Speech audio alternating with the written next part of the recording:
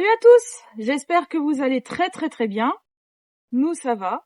Alors, je suis Dolores Bouvard, présidente de l'association Sanctuaire Libertyland. Je tiens à faire cette vidéo histoire que voilà, que vous compreniez notre but, que l'on soit transparent avec vous et que vous savez à quoi vous attendre avec nous. À la base, on pensait accepter tout type de sauvetage. On pensait sauver des chevaux qui sont pas trop en danger, mais que les propriétaires ne peuvent plus s'en occuper. On pensait faire les sauvetages dits de vie ou de mort, de très urgents, etc. Nous avons pris un petit peu de retard déjà dans nos plannings, parce que déjà on avait eu pas mal de travaux à faire. Comme vous avez vu, on a fait un abri pour les chevaux, on a doublé toutes nos clôtures, on a mis des portails à la place des ressorts, on a amélioré les stabulations, etc. Et vous avez vu aussi qu'on avait déjà fait pas mal de sauvetages rien qu'avec le bouche à oreille. Sur les 3 sauvetages, il y a eu un sauvetage où c'était urgent, c'était Christian, le petit âne. Et les 2 autres sauvetages, Razia et Alu, vous allez vous référer à leur vidéo où je raconte leur histoire. Mais en gros, ce n'étaient pas des chevaux qui étaient ultra maltraités. Au contraire, c'était juste une famille qui a eu un problème dans leur vie et ils ne pouvaient plus s'en occuper. Actuellement, ce que nous avons constaté cette année, nous avons déjà 8 équidés. Des équidés que nous avons sauvés avant l'ouverture du sanctuaire, des équidés que nous avons sauvés en 2025 et des équidés qui dataient de notre ancien projet, l'élevage de chevaux. Le souci, c'est que nous avons 7 hectares maximum. Nous avons décidé de nous baser, de changer d'orientation pour éviter la surpopulation et le débordement et pour pouvoir aussi garder notre indépendance financière. Nous avons déjà une indépendance chez nous au niveau nourriture des animaux, c'est le foin. Nous faisons nous-mêmes notre foin sur nos parcelles. Donc déjà, nos parcelles sont déjà limitées par rapport aux chevaux. C'est-à-dire que nous avons quelques parcelles que nous sommes obligés de laisser en repos pour pouvoir faire le foin l'année suivante. Nous, notre priorité, si nous faisons ce changement-là, c'est parce que notre priorité, c'est le bien-être des animaux que nous avons déjà sur notre structure. Pour résumer, sauvetage, au lieu d'accepter tout type de sauvetage, et pour éviter la surpopulation, nous ferons que les sauvetages en danger vital. Si vous faites un signalement vers nous, nous répondrons au signalement. Nous ferons notre enquête, mais avec discernement. C'est-à-dire que si c'est le cas d'une famille qui peut pas s'occuper de leur équidé, mais qui veulent trouver une famille, nous répondrons à leur aide en leur proposant un contrat d'adoption pour qu'ils puissent faire adopter leur équidé via le contrat d'adoption du sanctuaire, pour que l'équidé soit au maximum possible protégé dans sa nouvelle famille. On va se limiter à notre région, parce que quand nous avons fait le sauvetage des 2 équidés qui étaient en Bretagne, ça a été assez compliqué. Nous sommes une petite structure, nous ne sommes pas très nombreux. Il y a certes notre entourage, il y a notre bénévole, il y a Benoît, il y a moi.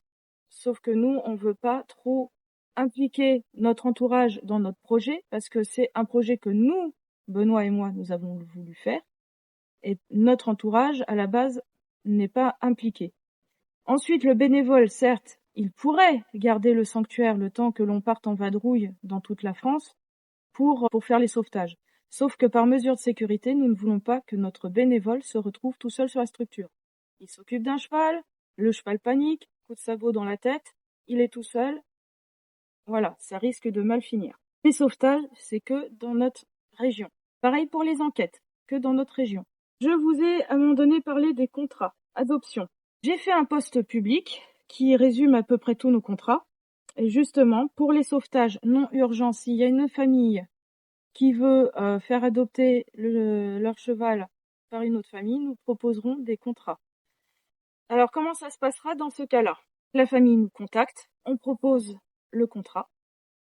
Quand ils auront trouvé une famille, le cheval partira du point A au point B. Mais il ne passera pas par la case sanctuaire. Nous, on aura un droit de regard quand même sur l'adoption, c'est-à-dire savoir si la nouvelle famille s'occupe très bien de l'équidé. Par contre, vu qu'il ne passera pas sur notre structure et qu'on ne l'aura pas nourri, soigné, etc., on ne demandera pas de compensation. Pour nous, c'est logique. Si l'équidé passait par la case association et qu'on doit le nourrir, le soigner, tout ça, on aura fait une adoption avec dédommagement.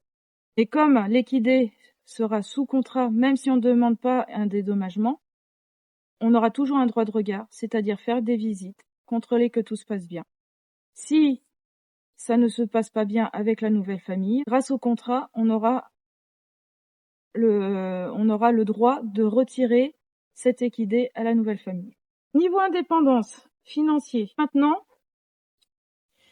jusqu'à maintenant, nous nous débrouillons par nous-mêmes au niveau financement, c'est-à-dire que Benoît et moi, nous avons nos boulots à côté. Avec le nombre d'équidés et les travaux que l'on a à faire, on arrive à se débrouiller. Mais on ne pourra pas se débrouiller avec un nombre plus grand d'équidés sur la structure. D'où le fait que nous freinons un petit peu l'arrivée des équidés sur notre structure. C'est-à-dire que sur les urgences vitaux, on prend, mais d'où le fait qu'on a mis en route en fait ce système d'adoption pour les non-urgents. Ce qu'il faut savoir, c'est que notre association n'est pas reconnue d'utilité publique. Nous ne prenons pas d'aide de l'État, on préfère s'en passer. Nous recevons des dons, certes, mais ce sont des dons privés, c'est-à-dire des anciennes familles. Au niveau des normes, certes, vous avez vu que voilà, notre sanctuaire ne paye pas de mine, mais ne vous inquiétez pas, on fait en sorte de pouvoir arriver aux normes demandées par l'État. Mais on fait par nos propres moyens, ce qui nous permet d'avoir le temps nécessaire qu'il nous faut pour mettre aux normes. Si on demandait des aides de l'État, on aurait eu un temps de 6 mois à 2 ans pour tout mettre aux normes. Sauf que ce qu'il faut savoir, c'est que toute cette ferme que nous avons achetée, c'est une ferme qui n'avait pas été remise aux normes depuis un très long moment. Donc en faisant comme ceci, niveau paperasse, niveau bureaucratie, c'est beaucoup plus simple pour nous. Je le répète, nous sommes une petite équipe. C'est moi et Benoît qui nous occupons de tout ce qui est logistique. Notre bénévole ne s'occupe pas de la logistique. Alors pour les dons, si vous faites un don, je vais être très claire avec vous. Si vous faites un don, vu qu'on n'est pas reconnu d'utilité publique, si vous faites des dons, vous n'aurez pas de réduction d'impôt. C'est-à-dire que voilà, si vous donnez 10 euros, 20 euros, 30 euros, ne vous attendez pas à avoir des réductions d'impôt. On ne fait pas cette étape-là non plus dans les dons. Si vous le faites des dons, c'est avec cœur. Si vous n'avez pas confiance en nous pour les dons, ce n'est pas grave.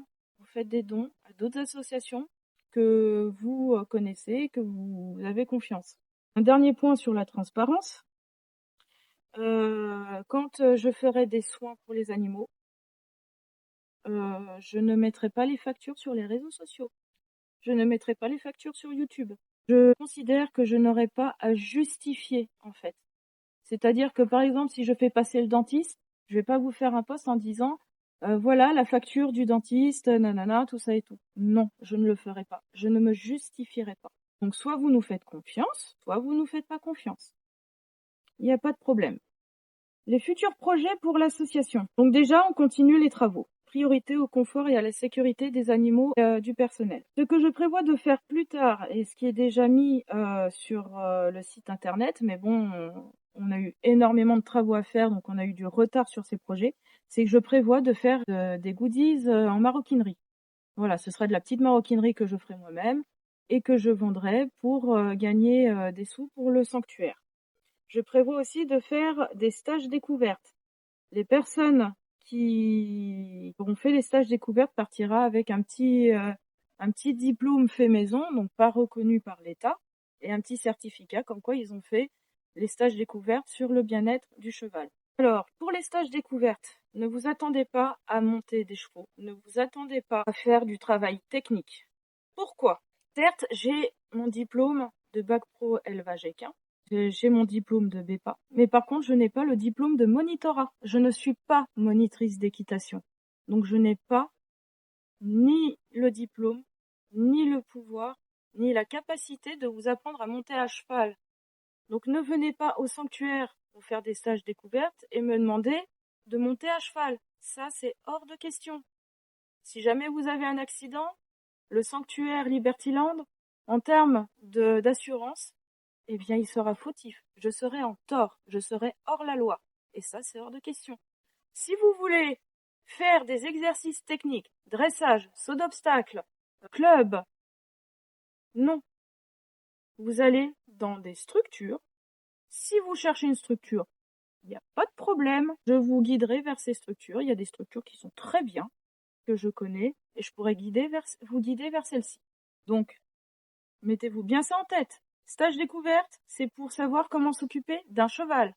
Qu'est-ce qu'il a besoin comme litre d'eau par jour? Qu'est-ce qu'il a besoin comme nourriture? Qu'est-ce qu'il a besoin comme soin? Et ce, du poulain jusqu'à la retraite. Et même après la retraite. C'est tout. Ce sera rien de plus. Les activités que je fais avec mon bénévole, ça, il y aura certaines, genre par exemple, savoir faire marcher un cheval à la longe, ça oui, je peux le faire. Savoir lui mettre un licol, oui, ça, il n'y a pas de souci, je peux vous l'apprendre. Mais par contre, tout ce qui est long-graine, lui faire des exercices en liberté dans la carrière, ça non, c'est spécifique. Vous avez des structures, des personnes qui ont des diplômes, qui sont compétentes pour vous l'apprendre. Et bien sûr, vous allez vous dire, ah oui, mais pour avoir plus de chevaux, elle pourrait louer des terres.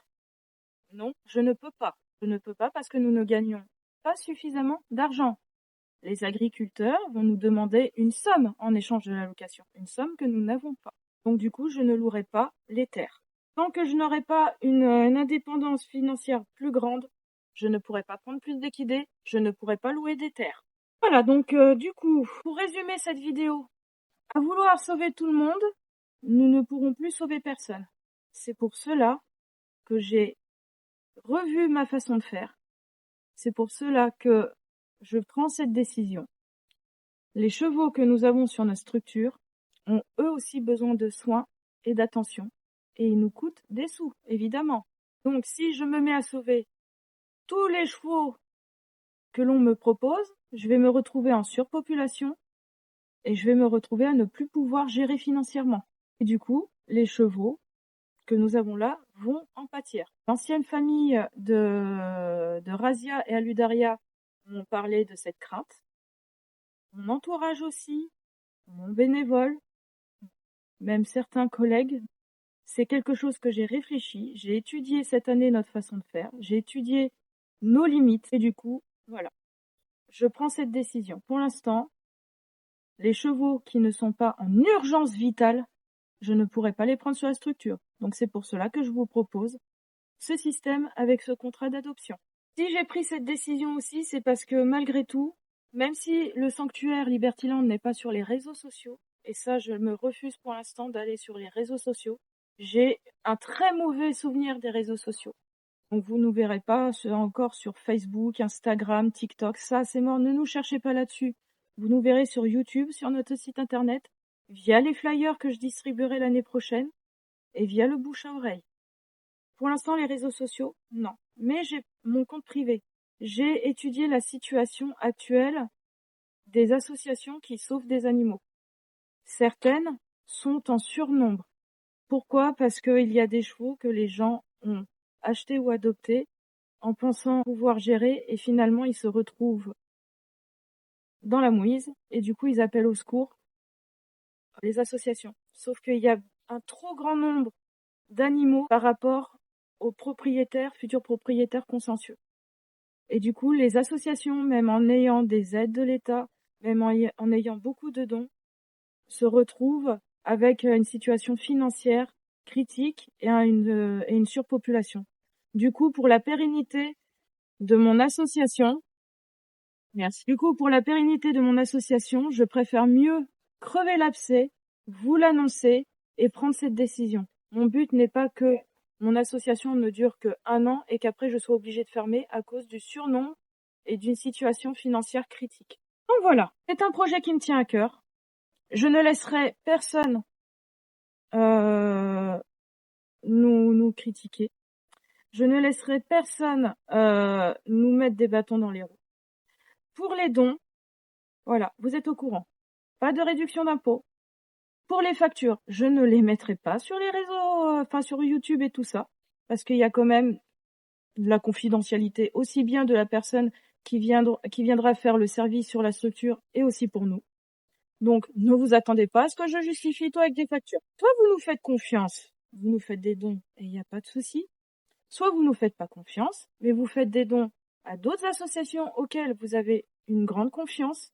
Nous, ça nous dérange pas parce que vous participerez quand même au bien-être animal. Voilà. Bon, bah pour ceux qui nous soutiennent, je vous souhaite une excellente journée. Prenez soin de vous. Prenez soin de vos poilus. Et pour les haters, les futurs potentiels haters, j'ai un petit message à vous faire passer. Oh. Merci, bouse de vache. Nouveau commentaire, crotte de chien. Reçu. Félicitations, haters reçus. Crottin de cheval. Nouveau commentaire, haters reçus. Félicitations. Plus besoin des 3 coquillages.